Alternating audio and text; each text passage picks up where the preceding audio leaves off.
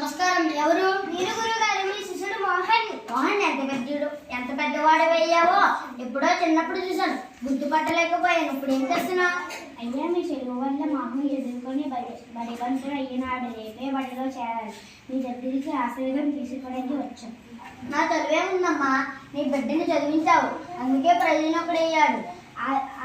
ఆ రోజు చదువుకుంటే ఏమొస్తుందిలే అని మోహన్ని చేపల వేటకి తీసుకువెళ్ళాం. మోహన్ రాకపోతే నా మనసు ఊరుకునేదే కాదు.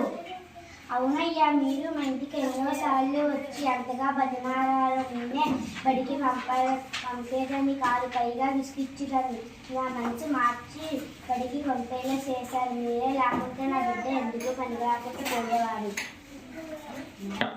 అవును గురువుగారు, ఆ రోజు మీరు చేసిన పని వల్ల నా జీవితం మారిపోయింది. నాలాగే బడి మానేసిన పిల్లలు ఎంతో మంది ఉన్నారు. నేను కూడా అలాంటి పిల్లల కోసం పెళ్లి చేస్తున్నాను. నన్ను ఆశీర్వదించండి.